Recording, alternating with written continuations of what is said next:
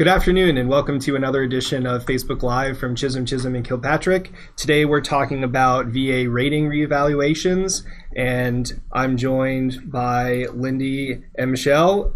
So let's just jump right in. So I think before we talk about reevaluations and how maybe reductions work, I think we should start with a discussion about how sort of ratings work in general. So Lindy, do you maybe want to give us a little bit of an understanding about how VA rates disabilities?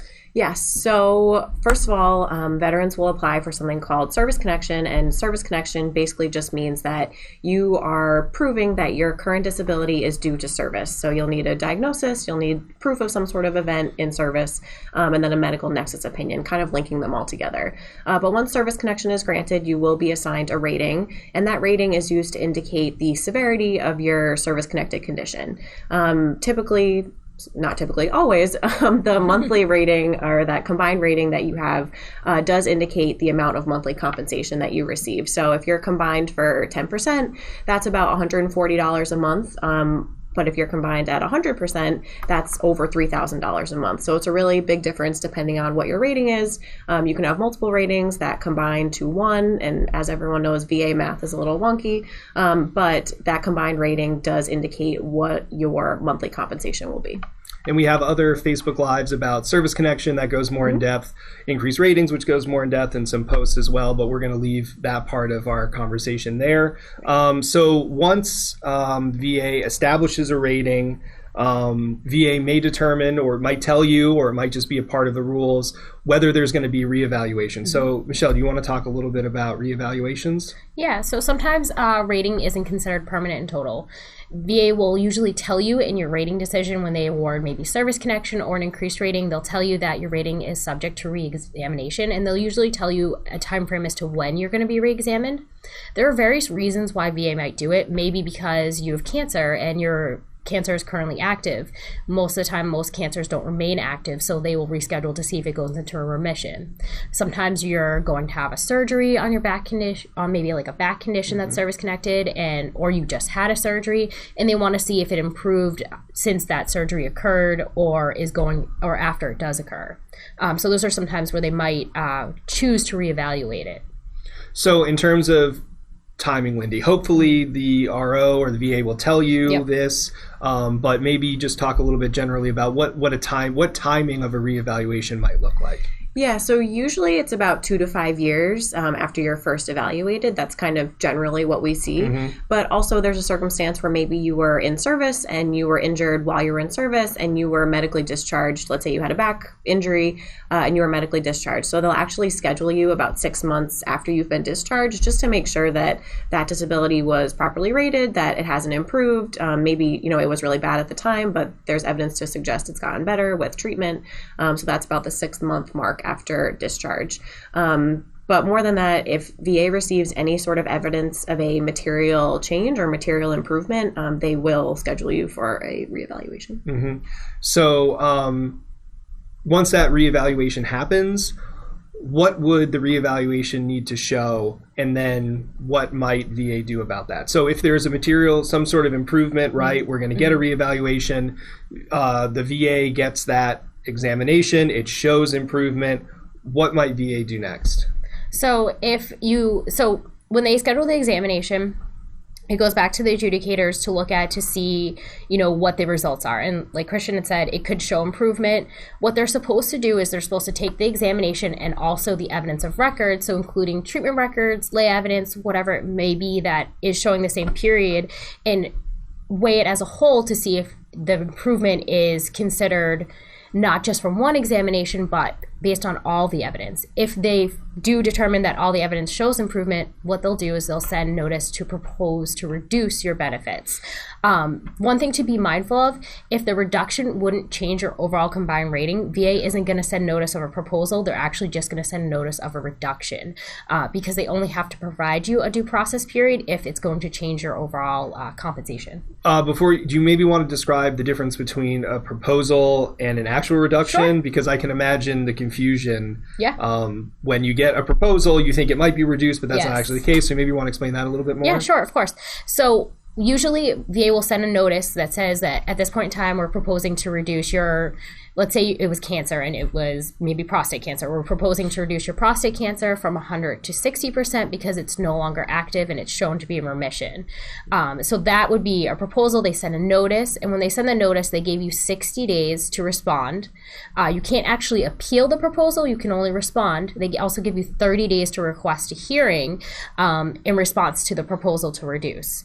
If they are reducing you, you'll get a formal rating decision with appellate rights where VA will say, instead of they're proposing to reduce you, the language will actually say they've reduced your condition. So maybe it's something where you're already at 100% and you had a back condition rated at 40 and now they're bringing it down to 20 and it's not changing your overall combined rating. They'll say, you know, at this point in time, we're reducing your back condition from 40 to 20%. And there's no proposal. At that point in time, you have the right to appeal. Mm-hmm. And just this might also apply to stage ratings. That gets a little bit more complicated because they might propose to reduce you for a certain part of time where another part of time would stay the same. So just as always, and I think this is advice we give often, make sure to really thoroughly read what VA is sending you, understand maybe which time period if it's a stage rating. And by stage rating, I mean you might be higher or lower for 2 years and then, you know, or lower for 2 years, higher for 2 years, or vice versa. It just means there's different ratings for the same disability at different time periods. So, and then, you know, you can bring it to some sort of advocate that might be able to help you understand, because these do tend to get a little bit complicated. Yes. I was just going to add that when we're talking about material change, we always advise our clients to be really careful about what you're filing for. You know, if you want to file a claim, say you're service connected for a knee condition and you think it's gotten worse, so you file an increased rating claim for your knee, always keep in mind that you are risking a potential reduction just because, you know, you think it's gotten worse, and I'm sure it probably has, but when you get rescheduled for an exam, oftentimes VA can look at it and say, oh no, you haven't gotten worse, you've gotten better, and they'll reduce it. So we often, you know, just FYI to our clients that there is a risk of a reduction every time you file an increased rating claim, or really any claim. Yeah, absolutely. That's great advice. So we've sort of gone through what might seem like the whole process. And so now we're going to take a little bit of a step back and go into a little bit more detail. So, Michelle, are there some situations where VA won't reschedule or schedule a veteran for reexamination? Yeah, typically if a veteran is considered permanent in total, they're not supposed to be scheduling you for a new examination. But as Lindy had kind of mentioned, if you are permanent in total and let's say you file for an increased rating or you file for a condition that might actually reevaluate the permanent in total, because you could have unemployability because of your back condition and you file for an increased rating for your back condition. Now you're asking VA to re-examine your back condition. You're opening the door for VA to possibly reduce you at that point in time. Typically, if a veteran's over the age of 55, they will not schedule a veteran to be re-examined unless there are circumstances that are not normal. A lot of times if a veteran is already at the minimum rating, it's not typical that they're going to reevaluate. They're going to say that a veteran needs to be reevaluated because there's some, you know, might be improvement. Those are usually some circumstances where we usually see them. And sometimes also, you know, if we call it a static disability, so you have an amputation. I mean, you're not going to have the limb come back, so VA is not going to re-examine to recheck that. So those are kind of some circumstances. And one thing to be mindful of, I know that sometimes where you have to go to be examined can be far away. Sometimes the time might not be very convenient, but you need to go to your re-examination. I think that's a piece of advice that we give whenever we're talking about exams, because there's a whole list of rules that VA can use against you if you don't go for these re-examinations that might just lead to being reduced immediately without any further consideration. So it's always a good idea to go to these examinations and deal with whatever might happen in the exam sort of after the fact. So there are certain types of ratings. So we just talked about when VA can't give a re-examination, right? But there's a whole other set of rules that VA has about when a rating is protected. So Lindy, do you want to talk a little bit about what that means?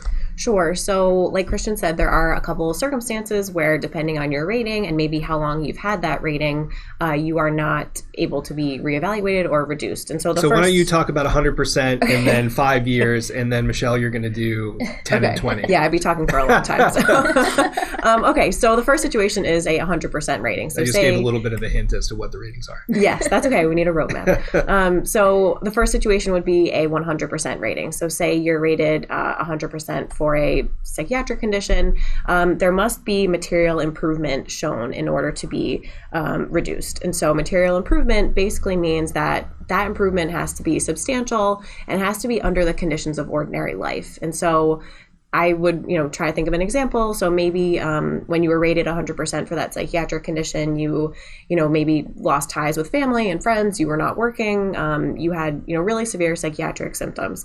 But maybe over time, material improvement would be something like you are now working full time, or you're in a relationship, you've developed, family ties again, you are involved in, local organizations, whatever that may be. That would show material improvement under everyday life. So not just one exam, it would have to be, really overall strong evidence to show that you've improved drastically. Yeah, and just a quick comment on that. One of the things that I see a lot in my practice is when VA is looking at material improvement, what they're doing is they're doing the increased rating analysis in reverse. And what I mean by that is they're looking to see, well, what symptoms does a veteran have now? Where do those symptoms align with the rating criteria? And if it aligns with a rating criteria that's lower than the rating assigned, they might reduce. And that's a violation of the law. That's not really looking, like you were saying, Lindy, to everything to see whether there was improvement, material improvement under the ordinary conditions of daily life. That's like the phrase that's ingrained in all of us, because that's the test. So what about the 5 years? Sure. So if you've had a rating for that same rating for 5 years, then VA must show sustained improvement. And that means that they can't rely on one examination. So say you go for an examination, again, let's take a psychiatric disability, and maybe in that one exam, you noted that you have been hanging out with friends and you got a part-time position and maybe, are just hanging out with more people than you're used to hanging out with. They could take that as improvement. However, they can't base it on one exam. That is against the law. There's case law that we use to support that within the regulation. It can't be based on one exam to show improvement. It has to be way more than that. It has to be, medical opinions or lay statements or just more evidence than that one day you were kind of having a good day, if you will. Sure. And another thing I want to add, material improvement under the ordinary conditions of daily life and work. Sorry, I left that part out because that's pretty important. Yes. So let's not forget that part of it. Yes. And also 5 years means 5 years. You have to be rated for exactly 5 years or more. 4 years, 364 days, that's not going to cut it. It needs to be 5 years exactly. Right. So Michelle, do you want to talk about the extra protections for 10 years? Yeah, so at 10 years, VA can reduce your benefits. However, they can't sever your benefits. So that's something to be mindful of. They can do it if there's evidence of fraud or if there's issues with the character of discharge that maybe got missed when benefits were awarded. So that's just something to be mindful of. Once you have the rating for 10 years in place, there's a standard that VA now gives so that you don't lose service connection. And that's what severance means. It would be just completely getting rid of the service connection. Yeah. And then with 20 years, at this point in time, VA can't reduce you. Well, they can. Sometimes this is when stage ratings kind of come into play. Sure, fair. So they can't reduce you below one of the ratings you have. So let's say in the 20 years you were at 20 and then you went to 40 and then you went to 60. They can never reduce you past the 20. But keep in mind the rating has to be in place for 20 years. And at that point in time, they can't reduce you. So for 20 years, if you had a 40% rating, VA can't come out at any point in time and reduce you. But if there is fraud, again, then they could possibly do that. But that's a very high standard that VA is held to. Absolutely. And that jumping from 20 to 40 to 60 to 20 to 10, that doesn't apply to the 5 years. Just sort of. So all these rules are very different, and that's why we're trying to go through exactly how all of them can be used to help veterans if they're improperly reduced. So what about TDIU? Yeah, TDIU is not protected. So there's always a chance that VA will discover that maybe you've been working or making a certain amount of money that's over the poverty threshold. So to take a step back, and again, we have videos on TDIU, so you can always go check out our other videos for more detail. But essentially, TDIU is assigned when a veteran's service-connected conditions don't allow him or her to work. However, you can be marginally employed, so meaning maybe you make under the poverty threshold every year, which is about $12,000 right now, or you're in a protected work environment. So maybe you work for a family business and you're allowed to come and go as you please, and it's that protected or sheltered workplace.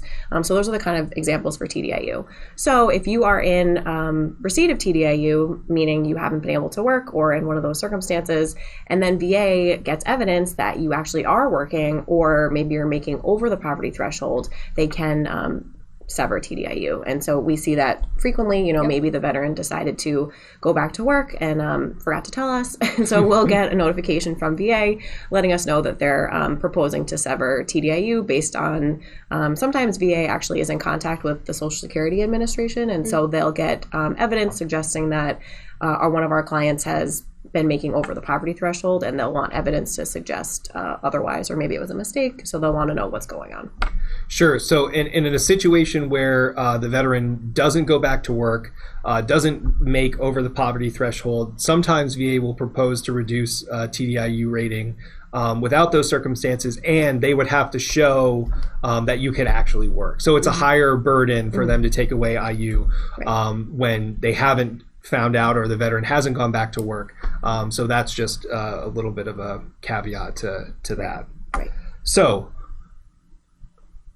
luckily, the rules for how and when VA can reduce ratings are tough, right? Mm-hmm. So I think that we've gone over sort of when it would happen, how it would happen, the special rules. So Michelle, do you maybe want to talk a little bit about the additional rules that VA has to follow when they're going to reduce a rating? Yeah, of course. So like we talked about earlier, VA has to not only just review the examination you got, the examination also, keep in mind, has to be thorough and adequate. They can't reduce you based on an inadequate examination that VA has obtained. And we also have, another Facebook Lives and, some materials on, what is considered an adequate examination, but I think it's just something to be mindful of. It has to be based on the review of all your medical evidence. You have to show that there's been improvement since the last decision VA issued. And that improvement, like we talked about, has to be a material improvement. So those are just some things that they have to hit all of those hurdles in order to come out and then reduce benefits. And if they do find that they meet all the criteria, then they can come out and do that.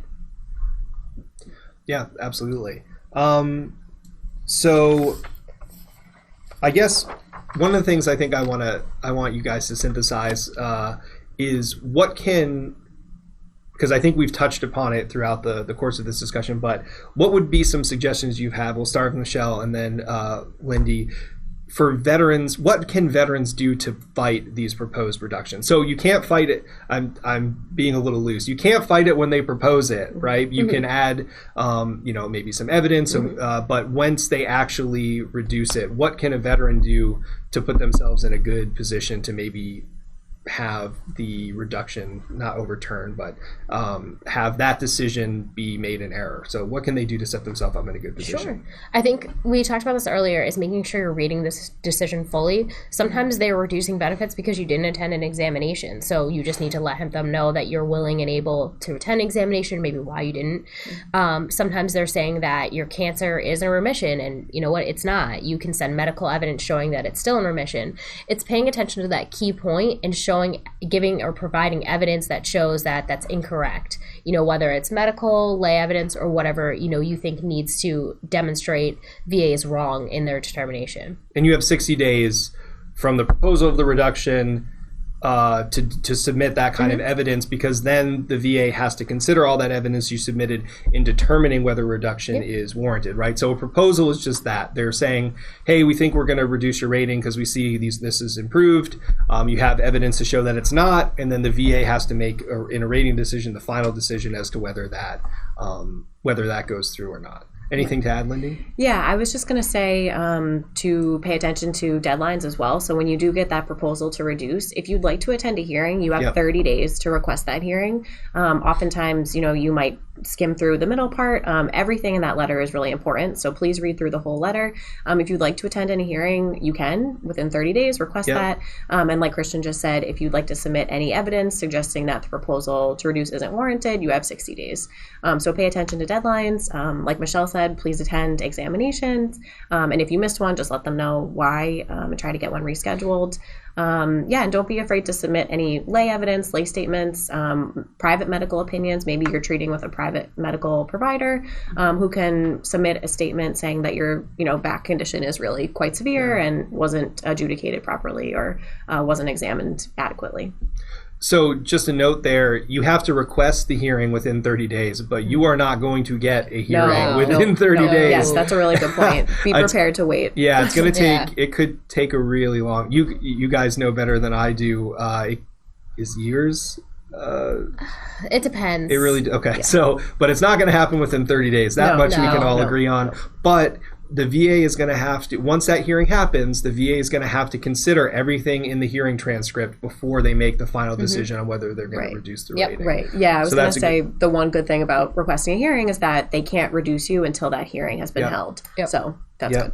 Absolutely. Okay, so let's say we get through the proposal. The veteran requests a hearing, they submit evidence showing that their condition hasn't improved, the hearing happens, the VA reviews the transcripts, and now they actually reduce the veteran's rating. What's next, Michelle? So at this point in time, you have appellate rights. So now, not getting too much into the world of the Appeals Modernization Act, they'll issue a rating decision that formally reduces you. And at this point in time, you have a year to respond to the rating decision. You can choose one of the 3 appellate options, which involve going a supplemental claim, a higher level review, or going to the board. Not to get too much into them, but with the supplemental claim, you can submit additional evidence showing that the reduction is also incorrect. Higher level review, you can submit maybe further argument, but you can't submit additional evidence because the duty to assist is gone in that lane. Or you could go directly to the board and choose one of the 3 options. Maybe you want another hearing. Maybe you want to submit evidence, or maybe you just want to submit an argument to VA. But you have full appellate rights at this point in time.